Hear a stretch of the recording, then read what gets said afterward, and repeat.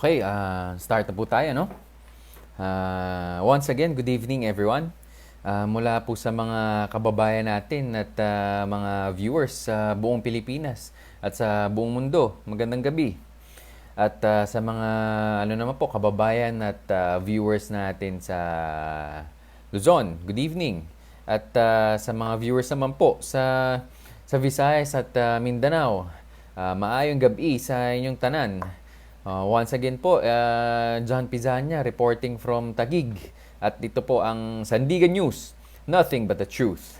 At dito po kami sa Sandigan News walang sawang inihahatid sa inyo ang mga maiinit at ang mga totoong balita. At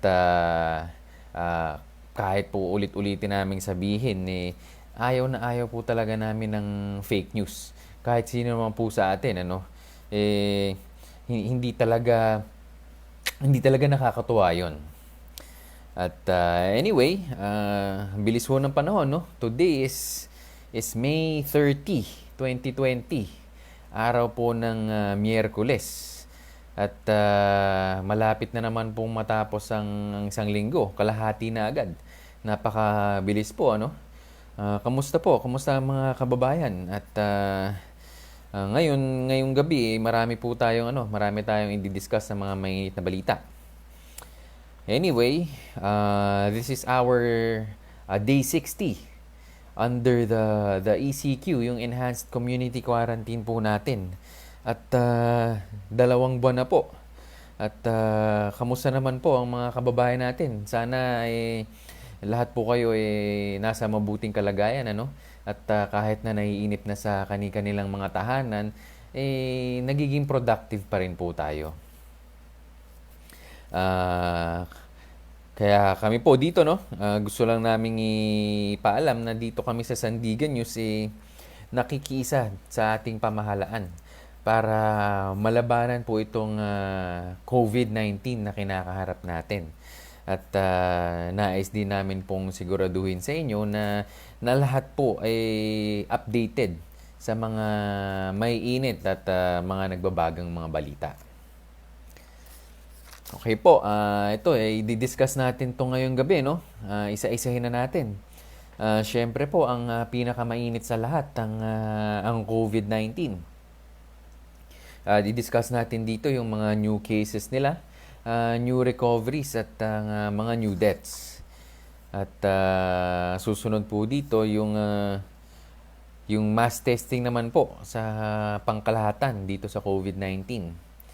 At i-discuss din natin po ngayong gabi ang second tranche of SAP distribution.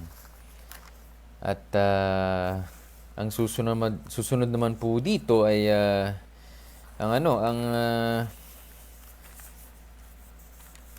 ang paghingi po ng tulong ng ating gobyerno dito sa mga AFP regarding sa distribution ng SAP. At ang kasunod naman po ay regarding dito sa applicants po, no, ng mga balik probinsya program. Di-discuss po natin yan, hihimayin natin yan maya-maya lamang. At susunod po yung Hatid Estudyante program ng Department of Transportation. At kasunod naman po dito, para sa mga employers natin, yung mga kailangan pong i-provide nila sa kani-kanilang mga tao. At susunod naman po ang flight suspension na extend na naman po dahil dito sa modified ECQ natin na tinatawag. At yun po, simulan na natin ang discussion ngayon. Kani-kanina lamang po, nung mga 4:00 ng hapon, naglabas na po ang Department of Health natin ng mga new cases. Ito po, meron tayo ngayong 268 new cases. At ang mga new recoveries naman po natin, umabot na po sa 145. At ang mga new deaths naman po, unfortunately, meron tayong 21 na bago. At ang total number of cases naman natin dito po sa ating bansa ay 11,680 na po. Excuse me. At ang total number of recoveries naman na po natin ay umaabot na sa 2,251. At ang number of deaths naman po natin ay umabot na po sa 772. Ayun po, no, magandang balita pa rin po ito na talagang patuloy na lumalayo na po yung total number of recoveries natin. Kung titingnan po natin, lampas kalahati na po ito. At ang hiling lang po namin sa inyo, no, na patuloy pa rin tayong magdasal.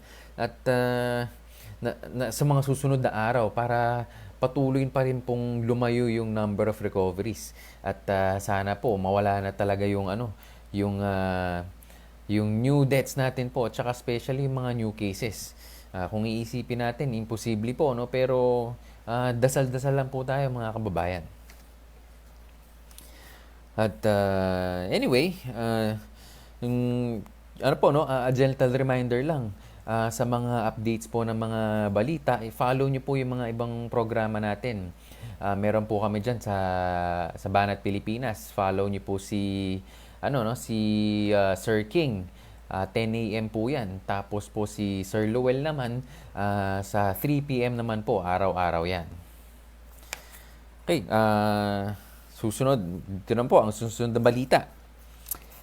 Mass testing naman po. Pinupush ito para sa hindi lang po sa may mga symptoms. Pangkalahatan na po ang gusto nila. House Minority Bloc pushed for mass testing for coronavirus with focus on healthy workers and other frontliners. Kasama pa rin po dito, no, yung mga nasa media natin. At sila po kasi talaga yung parating mga nasa labas din. At para ma-prevent po ito yung second wave natin na tinatawag. Kasi ito po, yung new normal natin, medyo delikado na po dahil kailangan talaga nating mag-ingat. Ito yung pinaka-iiwasan talaga ng nating mga kababayan, yung second wave. Ito pong grupo na ito, no, sinusuportahan nila yung Crushing COVID Act. Ito po pinropose ni Iloilo Representative Janet Garin na yung former health secretary, na i-expand po ang testing ng mga individuals para dun po sa wala ring may sakit. Syempre po, hindi pa rin naman natin alam yung asymptomatic nga po na tinatawag. So, mas maganda po yun na matitest po talaga yung lahat ng ating mga kababayan. So, ito po, as we shift dito sa new normal natin na tinatawag, na kailangan po talagang i-expand ito sa public demand po at yung mga pangangailangan natin. Lalong-lalo na, no, na babalik na po tayo yung karamihan natin, babalik na sa kanilang mga trabaho. At trabaho ng ating gobyerno na i-ensure po ang safety ng pangkalahatan. Due to the limited capability, ang current testing protocol po ng DOH para lamang po doon sa may mga sintomas. At ito po, yung as our country eases the lockdown measures, sabi po ng ating DOH na si DOH Secretary Maria Rosario Vergere, ni-remind po niya, no, ang publiko na to remain vigilant at i-maintain pa rin po ang mga health protocols. Uulitin po natin, nandyan ang social distancing, yung proper hygiene po, tsaka yung magbo-boost po tayo ng immune system. At ito po, no, sinisigurado din po ng ating gobyerno na ginagawa po nila ang lahat ng makakaya po nila. Itong mga efforts po ng testing, yung isolation, tsaka yung hospital capacity, yung mga equipment nito at saka yung manpower, ini-enhance po talaga yan. At ginagawa nila ang lahat para po dito sa ating mga kababayan. Ito po, no, ang preventive measures pa rin natin. Physical distancing, magsuot po ng face mask, at frequent hand washing po.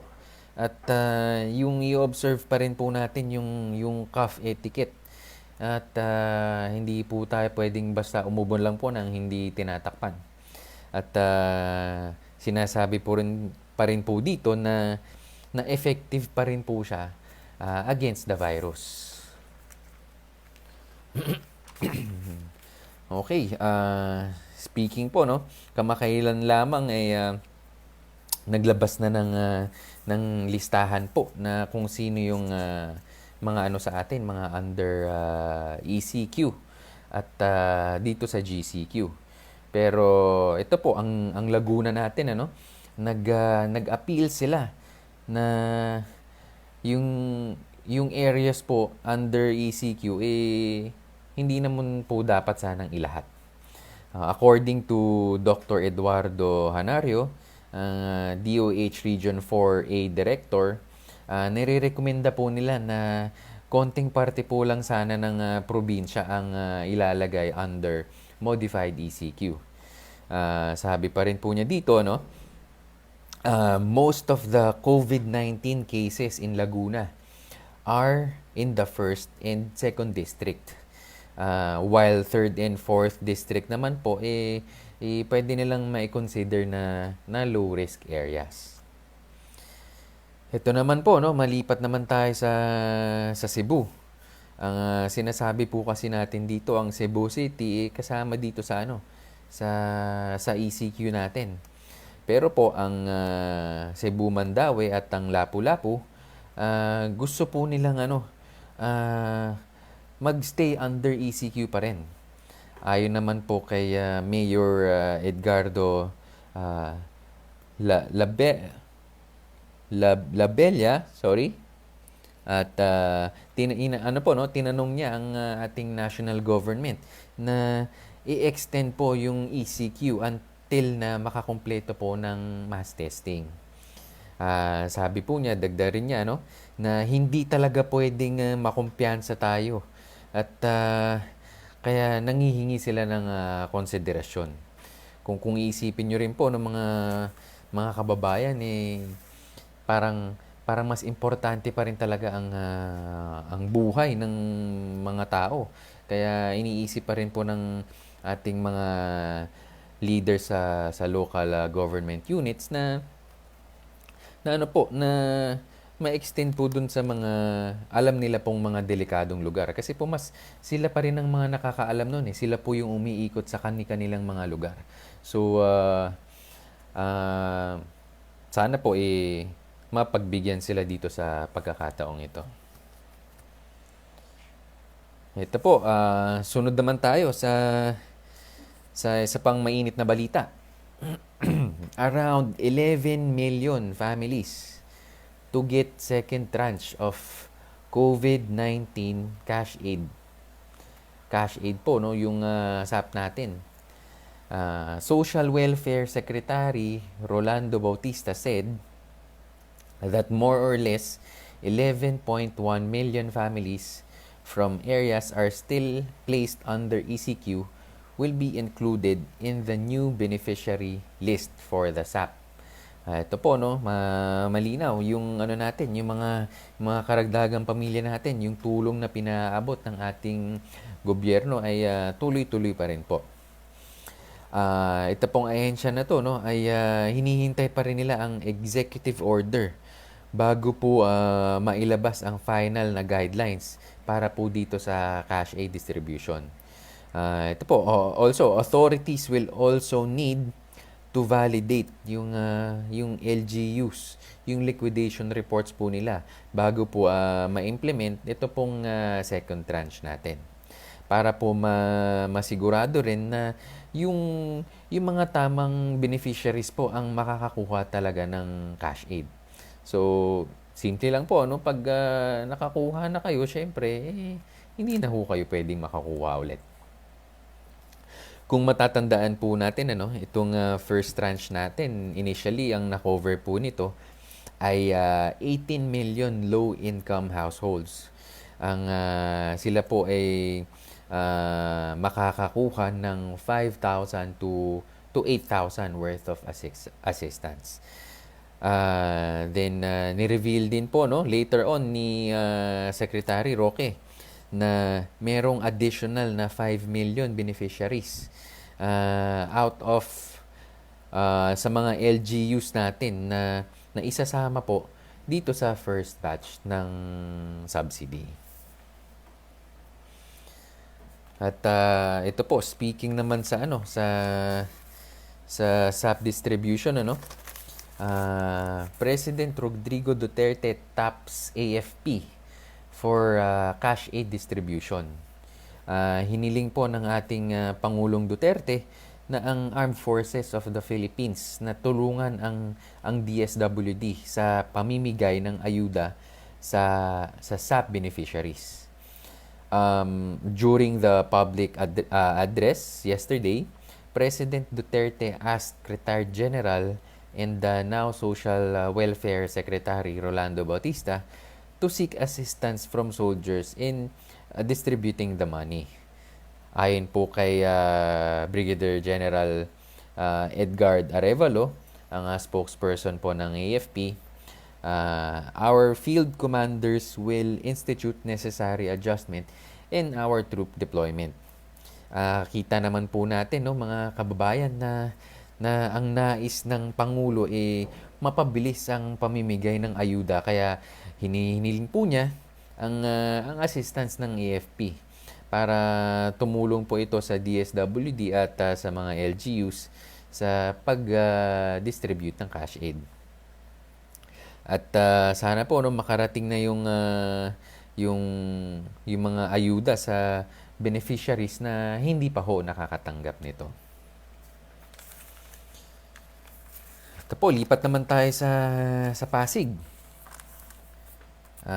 Pasig City Mayor Vico Soto reported that 7,892 families na hindi po kasama sa listahan ng SAP nakatanggap po ng cash aid dito sa city government ng Pasig. Ito po, in-address din po niya yung mga commenters. Kasi may nagtanong dito na bakit may listahan kung nagbabahay-bahay din naman. At sabi naman po ni Mayor Vico, kung walang listahan, magkakagulo po tayo. Ito, Mayor Soto explained po na yung listahan na ginawa nila was based on the Pamaskong Handog program nung ginawa po nila nung last Christmas. Ang ginawa po nila doon tinanggal nila yung mga pangalan na naka-receive na po ng SAP at ang mga qualified naman po doon yung mga hindi na nakakuha ng SAP. So, automatic na po yun. Yun ang naging master list na raw nila para sundin ng mga team leaders at yun ang gagawing pang-distribute. Yung listahan na yun, yung distribution dito sa supplemental SAP natin na tinatawag. Napaka laking tulong na po yan sa mga natin, sa mga kababayan natin, dahil ginawan po ng paraan ng gobyerno ng Pasig na kahit wala sa listahan na isinama pa rin nila. Maraming salamat po ulit, Mayor Vico. Ito po ang susunod naman nating balita. 10,000 applied for Balik Probinsya program online. Ayon po ito sa sa NHA natin. Ito pong programa nito, no? Ini-aim nito yung pag-decongest sa Metro Manila. Kasi alam naman po nating lahat na nagsisiksika na po dito lahat, ano? So, kaya po ito, per NHA, 10,000 applicants in its first 4 days. Ito po, yung mga online registration lamang. At sabi po ng ang General Manager po ng NHA na si Marcelino Escalada, we are now trying to validate everything. Gusto natin makitang totoong tao ito. Ito po, ang mga susunod naman, no? Ang nilagay po nila dito na ang Leyte, yung pinaka-top destination ng mga applicants. Meron po itong mga 1,000 enrollees. At ang NHA po natin ay kinakausap ang mga governors dito sa Leyte, sa Camarines Sur, Quirino, Bukidnon, Lanao del Norte, Zamboanga del Norte. At sila po kasi yung mga yung mga kasama doon sa ready na mag-accept sa balik probinsya na programa na po ito. At ito po, no, to ensure lang din yung mga beneficiaries natin na talagang mananatili po sila doon sa kani-kanilang probinsya. Social welfare officers who are tasked with distributing the assistance will check on them weekly. Also, Escalada asked the Commission on Elections to register the beneficiaries as voters in the area. Siyempre po, kailangan din ma-update doon dahil doon na nga po kayo lilipat. At sana po, no, yung mga kababayan natin talagang matulungan na. Kasi po at nakikipagsapalaran sila dito karamihan sa Metro Manila na nalalayo po dun sa kani-kanilang pamilya. So napakalaking tulong na po ito. At ito po, no, yung mga interesado sa programa na yun, makakakuha po sila ng hard copy ng mga application forms sa local government po. Okay. Lipat naman po, no, sa isa pang mainit na balita na naman. Mahigit 10,000 nagparehistro sa Hatid Estudyante Program ng Department of Transportation. Ito po, no, yung layunin nitong programa na ito maihatid ang mga stranded na estudyante na kasulukuyang nasa paaralan at dormitoryo na hindi makauwi sa kani-kanilang tahanan. At dahil pinatupad po kasi, kung maalala nyo, yung lockdown natin, no, sa iba't ibang lugar, sanhi nga po ito ng COVID-19 na pandemic. Umabot sa 10,300 na estudyante ang nagrehistro dito po, online. Sa online po nila, no? Online form, kung sino ang inilalagay ang personal na, kung saan inilalagay rather ang personal na detalye ng mga estudyante. Paalala po, no, para sa mga estudyanteng edad na 18 pababa, kailangan mag-provide po kayo ng parents consent para po makasiguro na pahihintulutan o pinayagan ng mga magulang na ihatid ng Department of Transportation ang mga estudyante sa kani-kanilang tahanan. Ang Department of Transportation po natin ay nakikipag-ugnayan sa mga LGUs para maisagawa ang programang ito. At they also have made an arrangement with 2 local government units para maihatid po, no, yung unang batch ng mga estudyante ngayong Huwebes, bukas na po 'yon. At naintindihan din naman natin na kailangan mag-ingat ng mga LGU sa pagtanggap ng mga estudyante sa kanilang tahanan upang maiwasan po ang pagkalat ng virus. Hangad po namin dito, no, sa Sandigan News na makauwi talaga po yung mga estudyante sa kanilang tahanan kasi ang tagal na po no. 2 months. 2 months na po nilang hindi nakakasama ang mga kani-kanilang pamilya. Kaya sana po talagang makauwi na sila sa kani-kanilang tahanan. Ito po, dumako naman tayo sa isa pang mainit na balita. Para naman po ito sa mga sa mga employers. Employers should provide transportation, face mask, and vitamins for workers. At ito po, as workers prepare to return to work after government allowed selected industries na makapagbukas ulit, ang employers group urges companies to provide their employees with transportation, equipment, and vitamins po para maprotektahan ng kani-kanilang sarili dahil po nga dito sa pinagdadaanan at nilalabanan nating coronavirus disease. The President of Employers Confederation of the Philippines, ang ECOP, si Mr. Sergio Ortiz Luis, sabi po niya na ang mga employers natin o yung mga firms natin kailangan mag-provide ng transportation, face mask, mga PPEs at vitamins to protect yung mga workers nila sa virus. Habang lalong-lalo na po habang nandun sa kanilang trabaho. At sabi po niya, syempre, gusto mo yung safety ng mga tao mo. Tapos, pag nagkasakit yung mga tao at hindi mo nabayaran o may pagkukulang ang kumpanya sa pagbabayad ng SSS, kailangan malinaw yun, maliwanagan daw po ang lahat. At kailangan linawin ng ating mga employers sa kanilang mga workers yung mga guidelines po, no?